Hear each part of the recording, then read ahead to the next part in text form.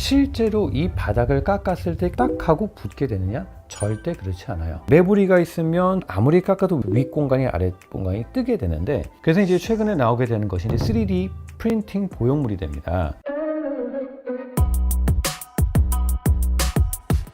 안녕하세요. 환자를 최우선적으로 생각하는 성형외과 전문의 김한조라고 합니다. 예전에 실리콘 모형물을 사용하셨던 3, 40년 전에 수술하셨던 분은 몇 가지 이슈가 있었어요. 피부가 비치면서 약간 울퉁불퉁해지는 그런 경향들이 있었던 경우도 있고, 왜 그러냐? 그 당시에는 의료 인체 이식용 실리콘을 사용했던 것이 아니에요. 공업용 실리콘을 불법이라고 하기는 뭐한 게 그 당시 그거에 대한 가이드라인과 식약처의 가이드라인이 없었기 때문에 제품을 만들어서 이제 판매가 됐던 것이죠. 이제 의료 영역에서 모든 이제 가이드라인과 이런 지시사항들이 강화가 되면서 이제는 인체 이식용으로 허가가 된 메디컬 그레이드 실리콘만을 사용을 해서 석회화가 되는 하는 증상들은 많이 줄었습니다.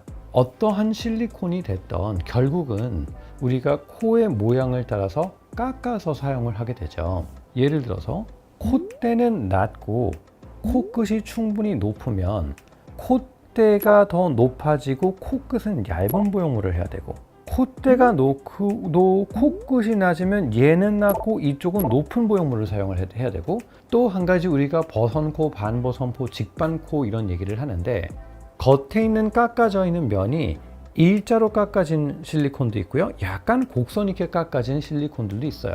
우리가 이제 콧대 실리콘을 이렇게 넣는다 칠게요. 이 실리콘이 코뼈에 잘 붙게 하기 위해서 이 실리콘 바닥 부위를 깎아내요.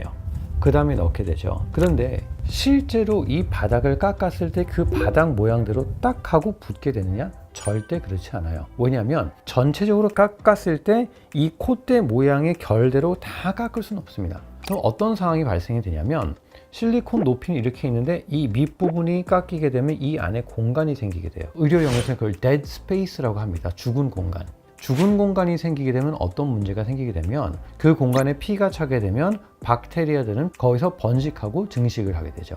그럼 그게 결국은 피막을 두껍게 만드는 과정, 그게 구형구축으로 진행이 되는 것이에요.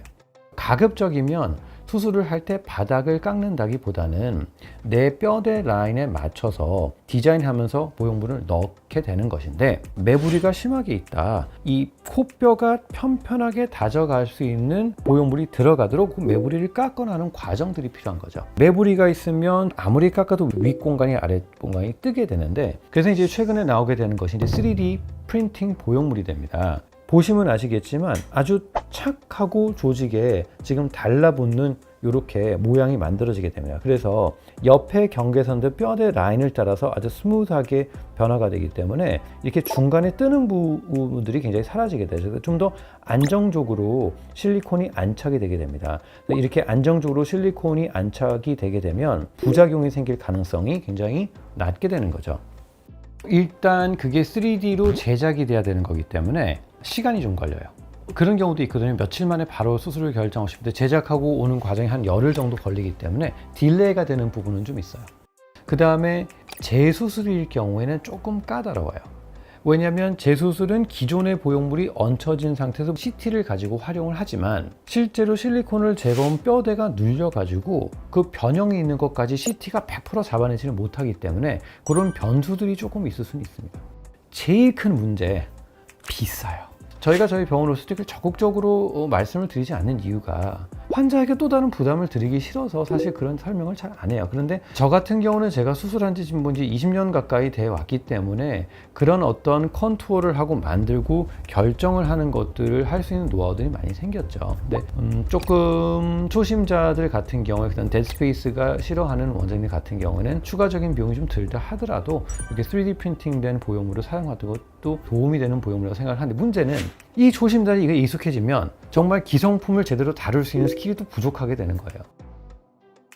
코가 약간 휘어져 있는 상태에서 그 콧대를 더 높이게 되면 휜 게 더 강조돼 보이잖아요. 그런데 그 약간 휜 것 때문에 절골하고 비중격을 다 이동하는 기능적인 수술을 하기 되게 애매한 환자들이 있어요. 그런 환자들 같은 경우는 3D 보형물을 이용해서 휜 게 이렇게 덮어줘 가지고 좀 덜 휘어 보이게끔 그렇게 제작하는 분명히 의미가 있고, 또 피부가 굉장히 얇은데 콧대가 낮아서 많이 높이고 싶은데 높아지면 되게 비칠까봐 걱정이 되는 환자분들은 이 3D 핏 보형물이 딱 뼈대 라인에 맞춰가기 때문에 박리만 잘해서 딱 그 뼈대에 맞춰서 그 경계선에서 별로 표가 안 나서 그런 환자들한테는 분명히 도움이 되기는 해요. 그래서 정말 그게 되게 애매한 경우라면 제가 그런 경우에는 설명을 드리긴 합니다. 하지만 일반적인 환자분들 같은 경우는 꼭 이걸 해라라고 지금 적극적으로 권하지 않는데 이 영상을 보고도 내가 수술을 하고 싶다고 오면 꼭 말씀해 주세요.